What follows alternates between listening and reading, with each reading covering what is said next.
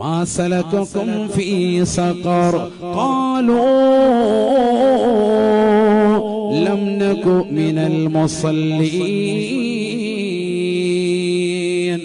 നരകാവകാശികളായ ആളുകൾ നാളെ നരകത്തിൽ പ്രവേശിക്കപ്പെട്ടത് കണ്ടിട്ട് സത്യവിശ്വാസികളായ നാട്ടുകാർ, കൂട്ടുകാർ, ബന്ധുക്കൾ അവരെ കാണുമ്പോ, അവരെ നരകത്തിൽ കിടക്കുന്നതായ ഹാജിയാരെ കാണുമ്പോ, അതാ പ്രായം ചെന്നതാകുന്ന ഉമ്മമാരെ, ചെറുപ്പക്കാരികളെ കാണുമ്പോ സ്വർഗത്തിൽ കിടക്കുന്ന ആളുകൾ ചോദിക്കും, മാ സലകകും ഫീ സഖർ, ഈ നരകത്തിൽ നിങ്ങൾ എന്തേ പ്രവേശിക്കാനുള്ള കാരണം? നിങ്ങൾ വലിയ ആബിദത്താണെന്നായിരുന്നല്ലോ പറഞ്ഞത്, നിങ്ങൾ നല്ല സാലിഹത്തായിരുന്നല്ലോ ഉമ്മ.